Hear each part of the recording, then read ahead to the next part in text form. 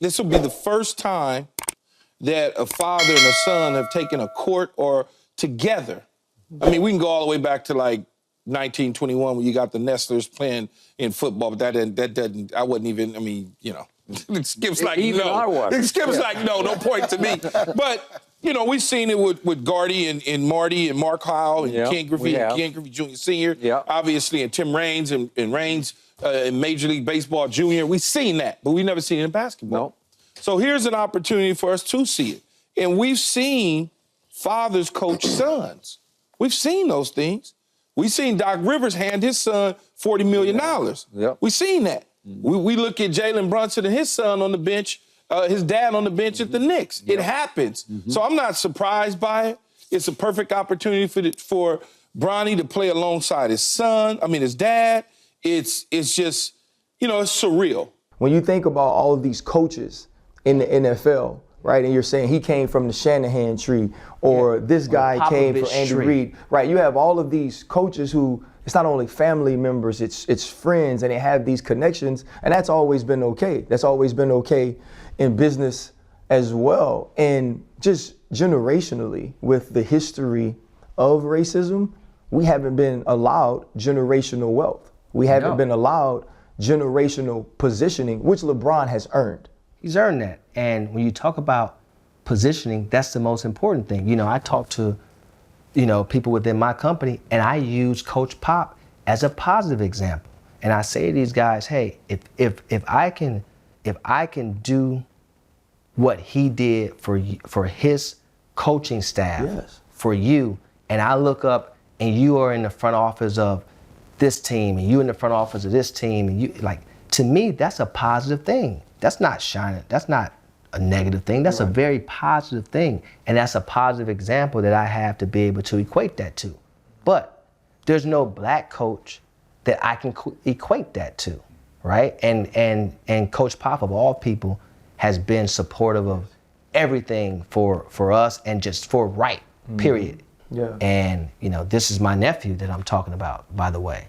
And I know I've been with his dad forever. And I know the passion that he's had. I know the integrity that he's had. I know the care that he's had. And I know the open door that he's had.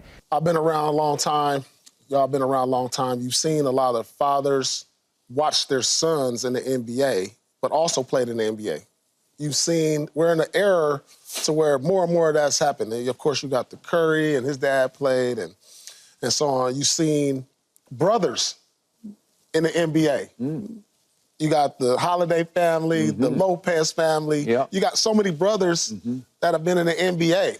Like, we've seen that to where it's normal now, where you got families that are just in the NBA, but to have, you got to understand the longevity of a basketball player. It's probably, out of all the sports, when you look at the top sports, football, baseball, and basketball, the longevity is just not there in basketball. I mean, I think you average about 3-4 years as a player.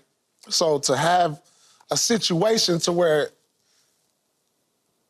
your son is playing with you in an NBA game, I get it in baseball when I saw it with the Griffey family, because in baseball, it's not a lot of wear and tear. You know, you can pretty much be a reliever, you hit, you stand around all day. It's not really a lot of the same wear and tear as it is in basketball and football. You know what I'm saying? I understood. And so to do it in basketball, which means you have to be there, you have to be not only good and great, but you have to be there a very long time. And to do it as LeBron James, because think about it, I sat there and was like, damn, you know, we ain't never seen, like, Jordan's son. Like, we talking about the greatest athletes. Their kids, they've had kids, because I do our research. Like, I wonder what Wilt's kids or where they at, or where's you know, these guys with these amazing genes that are great athletes, that's kids have never gone on to make it to the NBA. So, like, this is definitely, I thought, like, damn, I can't wait for the documentary, but the more and more I thought about LeBron James' story, they're going to have to make this a 10, 20-part series. It's not going to be enough for just a documentary because this is going to go back to LeBron James in high school and how he rose with the expectations to all the way to different franchises winning to all the way now your son is in the NBA.